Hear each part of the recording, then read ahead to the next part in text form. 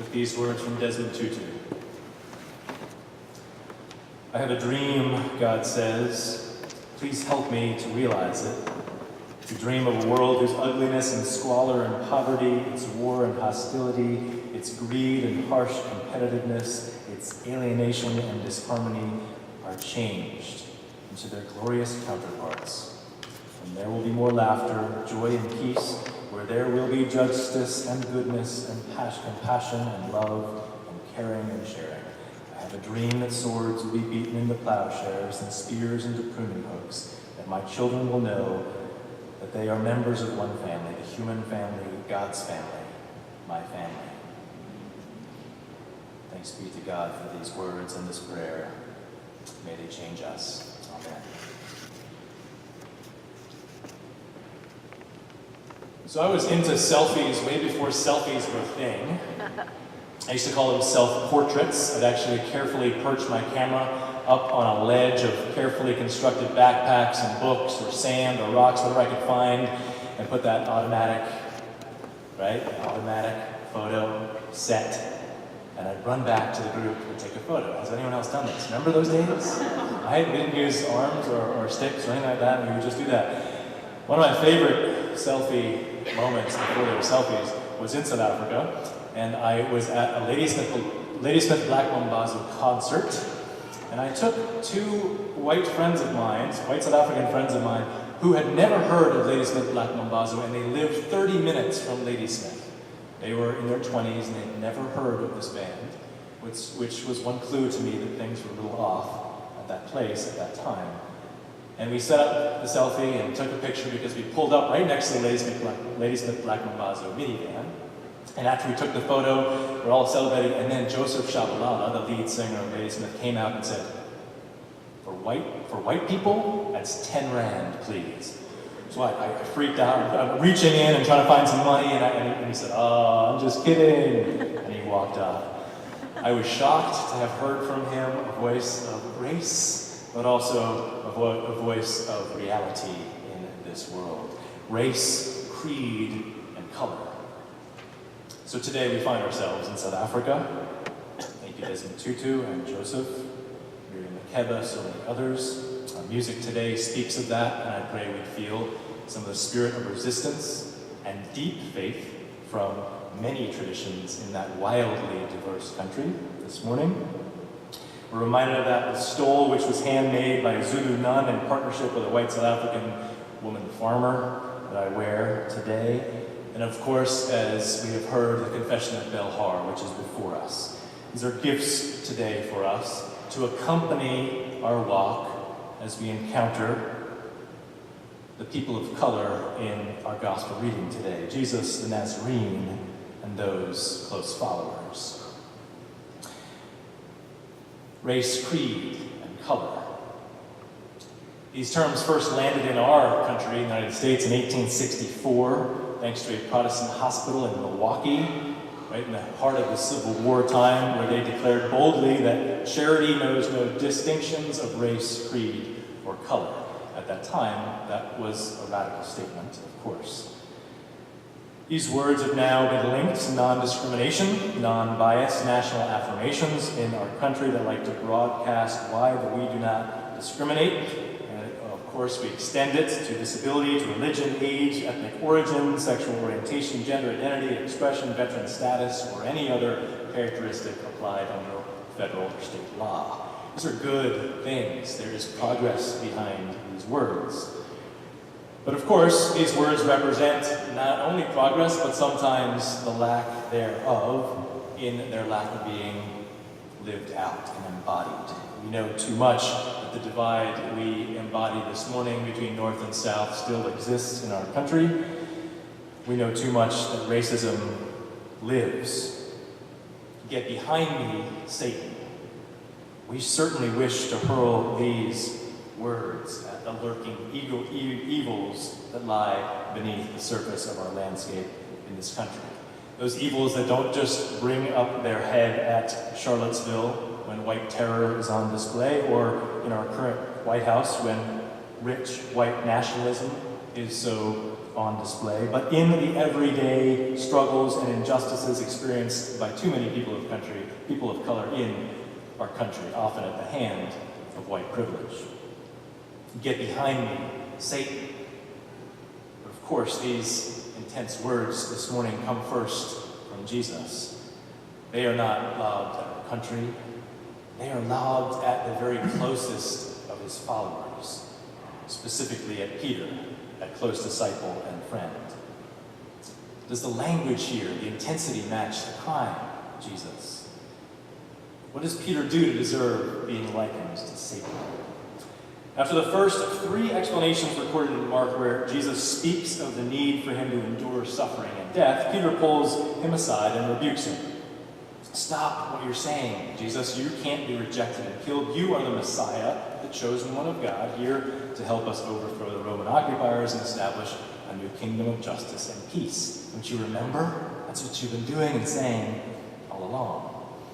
I think we all sympathize with Peter's initiative and words and perspective here. Jesus' style of motivation seems counterproductive. Why be so pessimistic in apocalyptic speak?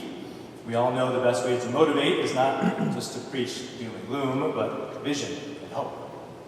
But Jesus' response is clear and sharp and sends a strong message. Get behind me, Satan. The Greek here is better translated as get behind me, adversary, divider. You don't get it, Peter. You're setting your mind not on divine things, but on human things. You are dividing and confusing the identity God has given me. Therein lies the crime. Jesus is condemning Peter's vision for the future. He has a misunderstanding in the assumption of the ways of Jesus, the ways that Peter thinks are associated with worldly power. In fact, a violent overthrow of power. The messianic toppling of occupiers. Success, not suffering. In an emotional response, Jesus decisively denounces such a worldview, as he knows that the way of love is always nonviolent and often involves pain. Such love involves the difficult work of looking suffering straight in the eye, not avoiding it, of seeing the world for what it is. Jesus is upset with any worldview that mistakes God's way of love and justice and radical hospitality with a way of violence against others. The way of God's kingdom is a way of radical equality, radical hospitality, and such a stance means no one is exempt from the suffering that love often brings with. Not even the human one, God's very own incarnation in flesh. All are equal. Peter is not the only disciple not to get this. It seems most of Jesus' followers had their minds set on human things. They quarreled about who would be first in the kingdom, who would sit at Jesus' right hand. They experienced the motive towards self-focus, self-advancement, and security. And to this, Jesus continually says it's better to be last, better to be servant of all, better to wash one another's feet than to forfeit one's own life in order to save it. The disciples' journey then with Jesus, hearing this over and over again, and in the end, their vision does not take place. We find a cross and a crucifixion, not an overthrow. But at the precise arrival of this suffering, Jesus codifies and clarifies the very worldview of God in the midst of occupation, in the heart of it all, right there in Jerusalem, where it seemed as if all evil had prevailed, something new was taking root. Jesus invites his friends, we remember during Holy Week, to gather in something familiar with a new lens, to gather around a welcoming table, to sit together all at the same level, and to receive the very nourishment that comes from the earth, that reflects the very real body that will soon be broken and blood will soon flow from. Suffering is a part of loving. No one is spared from this. This is a hard text, friends. This is a hard word to us on our second Sunday in the Lenten season. But I believe there is truth deeply below the surface of these words, deeply below the surface of what we're about here in worship. To confess is to tell the truth, to give over oneself to something, to what someone believes, acknowledging the veracity of something. We can say God is love, and that would be a confession. We have been looking together at the Confessions, and I have to admit that I'm sure some of you are thinking this is not for me. I might be on the more non-confessional side of our mutual experiment in ecumenism here at this church since the 1930s. I may not buy into being told what to believe, especially by people who may no longer be with us anymore, and perhaps 11 out of the 12 of those confessions coming from the European context, they may not speak to me. And I understand that, and I appreciate that critique. But our faith tradition deeply values our book of confession in both our denominations. I have to remind us. Clearly, the Presbyterians put it into an official book as part of our Constitution, and you will hear later in today's service as we install and ordain new leaders for servant leadership in our church, that some questions boil down to this. Do you buy into the confessions of our church as authentic? And will you be instructed and led by them as you serve? We ask this question not because it's just tradition, but because we do believe things said and written at a specific time and place have veracity for us and have resonance for us here and now in today's economy and in today's reality. It's important for us to know what has come before us. We value our history. Our UCC identity likes to liken our confessions to testimonies. I like that word, that connection to the stories of those who have come before us. We cannot dismiss them outright. Yes, they have contradictions. Yes, they have direct contradictions to how we understand Jesus to be leading us in today's world, but we cannot dismiss them outright. And I commend our intention in listening and leaning into them in this season of Lent. So how might Belhar speak to us? We all understand apartheid was wrong, and we're grateful it's gone. It's striking to me, however, that this confession from the 1983 South African context was first written in Afrikaans, the language of the empire, if you will. Of course, that language was, of course, also the language of the church. At that time, Calvinists who made up the Dutch Reformed Church in the late 19th century and early 20th centuries had long been laying a framework, a theological framework, for how separation is God's will. And they started from the text. They said the Tower of Babel describes God wanting people to stay separate and not unify. In fact, in Genesis, God created all this diversity, and diversity is beautiful, but keep it apart, lest it commingle and change into something that God does not like. It started from Scripture. It started from an honest examination of Scripture and landed in a horrifically racist political agenda which kept races separate, which underprivileged the majority in one place. And it was out of that turbulent time when apartheid, grand apartheid in 1948 was born, in which the church wrote a letter not to the state, but to the church. The church itself, the Dutch Reformed Mission Church, the so-called colored, African, and Indian churches, which combined later to call themselves the Uniting Reformed Church of South Africa, combined to write this statement to speak truth to power. And they wrote it to their fellow sisters and brothers with clarity and without judgment. It's an incredible document, and its letters that accompany it are incredible. I will post them on Facebook. We can send them around on listserv if you haven't read them yourselves. It's a short document, the Belhar Confession, and the letters that accompany it are profound in their courage and their insight. Sin originated in the church, and from the church that sin was being called out. We read in our prayer for grounding today that unity is both a gift and an obligation for the church. This is not an optional thing, and yet it is a mandatory thing. And in so writing this letter to the rest of the church, it caught on rapidly. Of course, at the core of it was a liberation theology. Belhar says that God, in a world full of injustice and enmity, is in a special way the God of the destitute and the poor and the wronged. This was an empowering message for many, and it caught on like wildfire and spread beyond the South African context around the world in a very short time, Karl Barth writing that you know it's time for a new confession when one church proclaims something in a time and place and all other churches around the world begin to adopt it. I'm grateful that the Presbyterian Church finally in 2016 fully adopted this first confession, not written at the hands of Europeans, but an African confession, and added it perhaps a little late, but never late, and better late than never, into our Book of Confessions.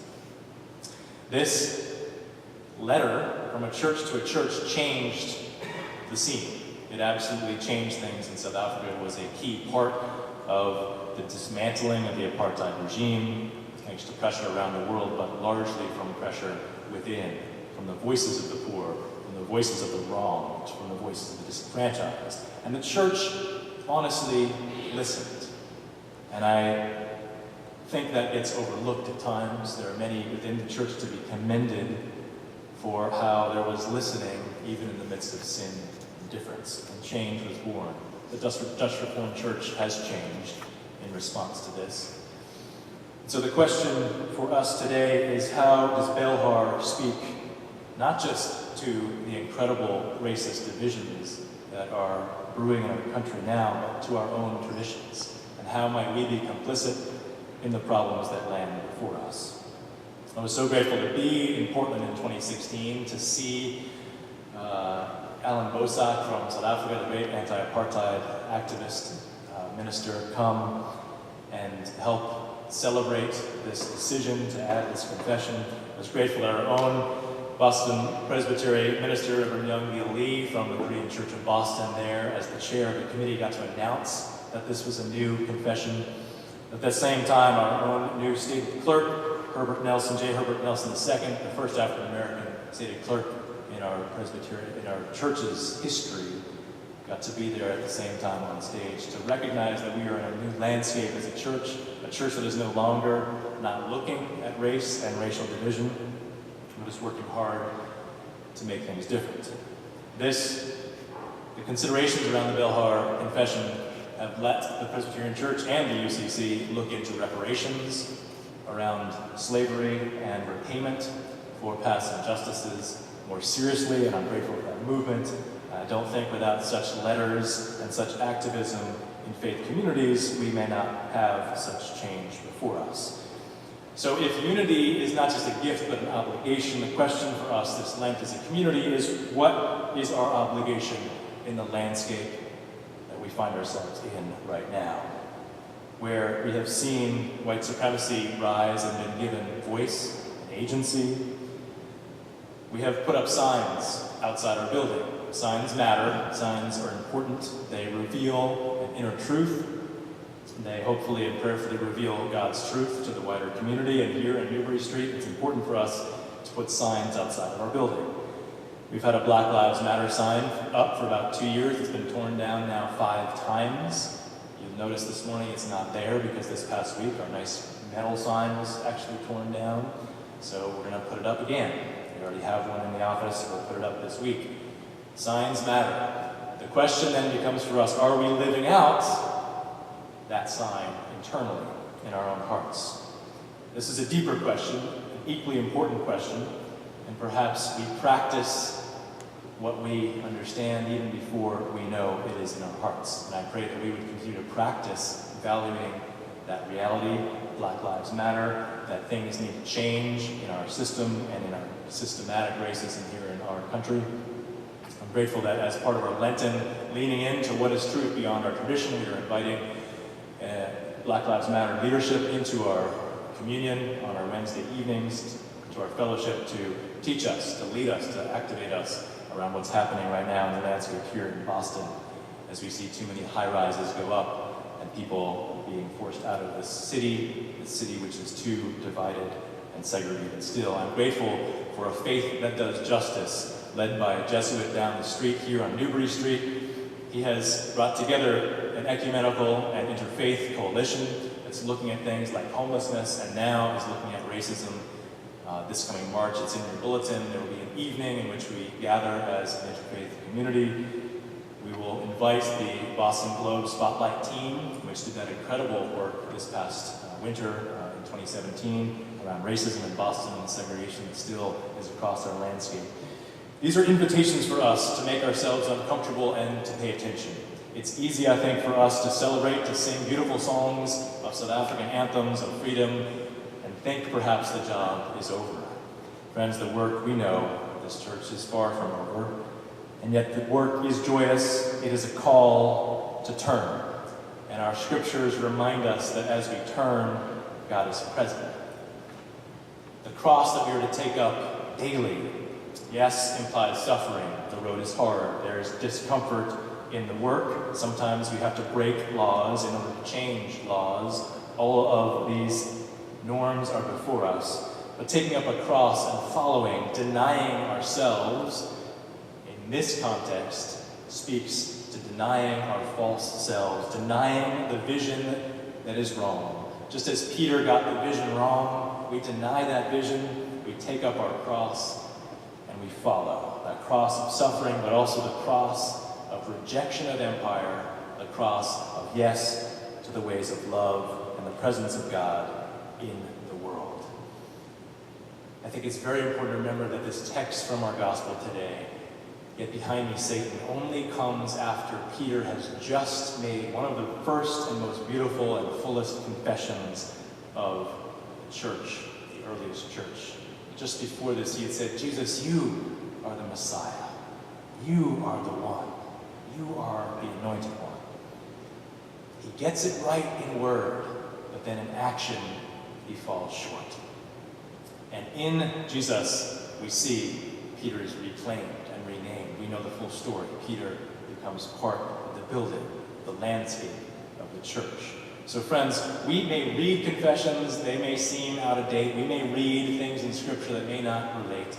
But when we read them in community and we do not let go of them, but struggle with them and not let each other slip, we may find that we too will become the rock that God is placing ourselves upon, and the rock that God is building the church around. Friends, may we not turn away from the difficulty, but remember that God is in the details, that God will lead us as we take up our cross and follow.